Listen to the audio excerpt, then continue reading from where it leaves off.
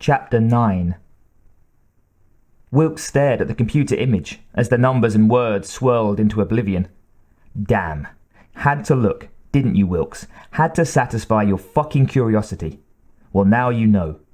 And now that you do, what are you going to do about it? Wilkes slid out of the form chair in front of the military terminal. The room was in the Milcom library complex, normally reserved for officers, but he was a special case, wasn't he? And even if he hadn't been given an emergency clearance to use the system, he could have gotten into the files. You don't do 19 years in the Corps without learning a few things. A few ground pounders sat in booths, working in the stale air as Wilkes walked out of the library. It was hard to make rank without combat, or off-world duty at least, and these guys were all cracking the files, studying, hoping tape-learning education would give them some kind of edge. He didn't think it would. He'd have offered them his spot on the mission in a San Francisco 2nd, if they wanted to trade, but that wasn't going to happen. He was going, unless he ran, and he couldn't do that. He'd been running from it too long already. Okay, pal, you got to look at what you wanted. Now what are you going to do about it? Walk away? You're probably going to get chewed to Soypro in a few hours after you get to the alien's world. The ship leaves in 8 hours, and you're due to log in 6. What else can they do to you? He nodded to himself as he passed a fat major leaving his studies. The major looked at the chevron rocker on Wilkes' sleeve and frowned. He started to say something, probably going to rag Wilkes about being in a restricted, officers-only area, but Wilkes turned slightly so the man could see the acid-burn scars on his face. The fat major paled, his hand going involuntarily to his own blubbery jowls. Wilkes could almost see his mind working. Here was a non-com who wasn't supposed to be in here, and a ranking officer should check to be sure he had reason and permission. On the other hand, the non-com in question had a face like a bad Hollow-V monster program, and maybe it was better to just let him pass. Surely he hadn't wandered in here by accident. Somebody must have sent him. Good thinking, fatso, Wilkes thought. He smiled, stretching the scar tissue into a grimace. Okay, fuck it. He was up to here with all this vermin scat.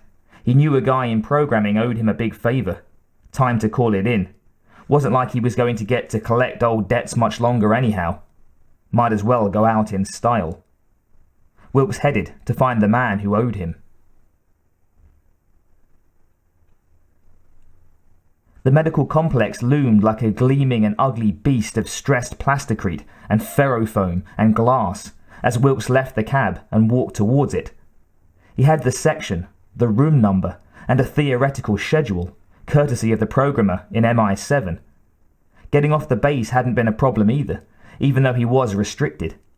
For every system they made to do something, there was a way around it. Rank might have its privileges, but the guys on the line knew a few tricks of their own. The admit pad on the complex door was an old-style keypad, an antique, but that was why he had chosen this entrance. No eye reader. Wilkes punched in the code he'd gotten. The lock chimed, and the door slid open. Hell, this was easier than swatting flies. He walked in. A human guard leaned back in a chair at a desk, looking at porno projection from his handheld vid viewer. He saw Wilkes, and the naked bodies vanished as he shut the unit down and glanced at his admission roster. "Can I help you?" "Yeah, I'm supposed to see Dr. Jerin." The guard glanced down. Must have seen Jerin's name. He waved his hands over the console, brought up the appointment list. "And you are?" "Emil Antoon Kadaji," he said, giving the man a name from an old book he'd once read. The guard glanced down. "I don't see your name here, Monsieur Kadaji." Wilkes hadn't been able to find and get into the patient file. He hadn't had the time, though he had gotten the doctor's name right. "I'm a last-minute deal," he said. "Somebody cancelled." The guard frowned. "I'll have to check with the doctor," he said. "Fine, check." He gave the guard a good view of his face. Guy with a face like this surely had psychological problems, right? The guard wasn't suspicious, just following the drill. Probably didn't have a lot to do. He had time to watch porno hollows. As the guard reached for the comm unit to call the doctor, Wilkes moved his right hand slowly towards his right hip. He had a multi-charge pistol, a synapse scrambler, nestled in a flesh-skin holster on his belt, just over his right buttock. He'd gotten the weapon on the black market. It was illegally boosted, so it could deliver a stun charge at twice the 10-meter distance for approved civilian hardware. Wilkes looked up and down the hallway. Nobody around. He pulled the stunner, brought it up, held it in both hands. The heavy plastic felt cool in his grip. It threw a fairly narrow beam. You did have to aim it, but he'd had a target laser installed under the stubby barrel. The bright red dot danced over the guard and stopped on his forehead. The guard looked up. "Hey!" Wilkes shot him. The guard collapsed in his chair. Wilkes moved to arrange him, so he looked like he just dozed off. The man would wake up in half an hour with one bitch of a headache, but otherwise should be fine. He pulled the guard's barcode ID off and clipped it to his shirt pocket. It wouldn't fool a scanner if the thing tried to match his retinal patterns to it, but a human passerby would see that Wilkes had a tag and probably think nothing of it. By the time the guard came to, things would be all over, one way or another. But just in case, Wilkes bent and fed in the security system lock code virus he'd gotten. The computer terminal digested the code. If it did what it was supposed to do, it would infect the main system in the building. Nobody was going to be calling for outside help from here for a long time. Not unless they went to a window and hollered for it. That didn't do anything for internal security, but Wilkes figured he could deal with that. He was a colonial marine, by all the gods, and the day he couldn't handle some sloppy rent-a-cops, he'd shoot himself. He tucked the stunner back into its holster under his civilian jacket and smiled. Time to go pick up his date for the prom.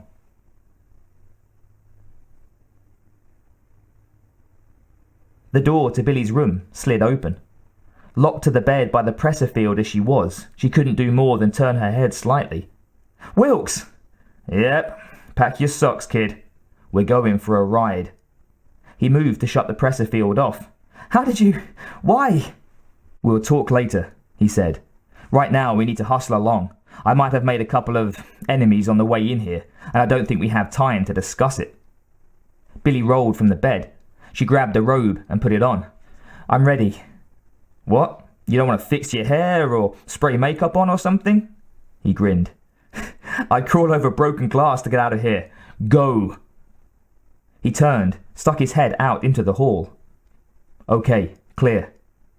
She followed him into the hall. They were doing pretty well until they got to the elevator's atrium.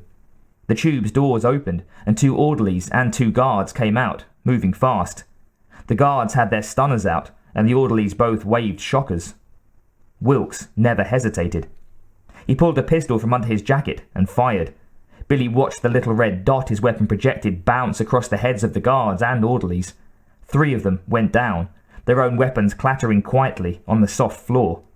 The last orderly, a new one that Billy didn't know, rolled and came up in some kind of martial arts stance, facing Wilkes. Wilkes tucked his weapon away. "Stay behind me, kid." The orderly moved in and swung the shocker like it was a sword. Wilkes dodged to his left, slapped the man's outstretched arm to one side, and punched him low in the ribs. The orderly grunted, made as if to turn and swing the shocker again, and Wilkes kicked the man, hitting the side of his knee with the edge of his boot. Billy heard the orderly's knee crack as something gave in. The orderly's leg folded and he dropped, but Wilkes pulled his foot back and thrust it out again, smashing his heel into the man's head. The orderly flew sideways and slammed into the corridor's wall. "The stairs? That way." Billy followed Wilkes down the hall to the end. She glanced at the guards and orderlies as she went past. He'd taken them out almost instantly, without even working up a sweat. "Why didn't you shoot the last one?" she asked as they reached the stairwell. "Pistol's charge was depleted," he said. "Didn't have time to reload." They went down 2 flights. Her room was on 4. Then Wilkes led her into the second floor. "This isn't the ground," she began. "I know. They'll have the doors covered by now. We have to find another exit." She followed him. 2 was quiet, and they moved briskly, but not at a run. A tech glanced at them as they passed the station. Wilkes smiled and nodded. "How's it going?" The tech nodded back. Then his control board lit up, pulling his attention away from them. "Move," Wilkes said to Billy. "That'll be the alarm." Billy ran. There was an emergency escape window at the end of the corridor, but it required a staffer to open it. "That's a coded lock," Billy said. "Yep, and I didn't have time to get all the exit numbers," Wilkes said. "But I have a nifty little master key, courtesy of the Colonial Marine Corps Armory." Billy found out what he meant as Wilkes slapped a wad of what looked like hair gel onto the lock mechanism, squeezed it 3 times, and waved her back. Behind them, the tech started yelling, "Hey, you two! Get away from that window! I've called security!" The gel flashed bright blue and started to sizzle as if it were a piece of soy pro on a too-hot grill. The lock's stacked plastic casing bubbled and ran like water. "Don't look at it," Wilkes said. "It'll burn your eyes." Wilkes turned to see the tech coming towards them. "Wilkes!" "No problem." He pulled his pistol from under his jacket and pointed it at the tech. The tech stopped. He held his hands out in front of him defensively. Hey, take it easy." "Get the hell out of here," Wilkes said. The tech turned and ran. Wilkes smiled. Amazing what even an empty gun can do, ain't it? He put the weapon away. The lock dripped into a puddle on the floor, plastic slag.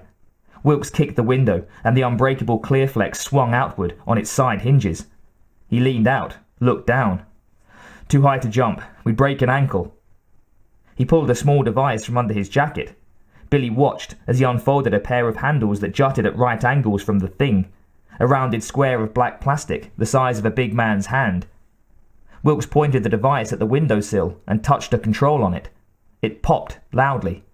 A thin line of white sprayed out from a nozzle on the end and hit the sill. He touched another control, and loops of the line paid out. 1, 2, 3, 4, he said. "Okay, it's set. Climb onto my back," he yelled. Billy obeyed. With that, he stepped up onto the sill, turned to face the hallway, and began to climb down the outside wall. The line coming out of the thing in his hands looked awful thin to support them. He said, "Hang on, I'm going to lean back." She clutched him tightly with her arms and legs. Holding them with his arms outstretched, he began to walk backward, down the wall. "Spider gear," he said. "Don't worry, this line will support 10 men without breaking."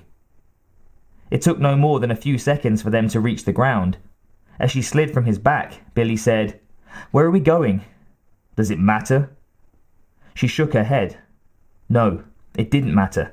Anywhere was better than having her brain diced and scrambled. The pair of them hurried away.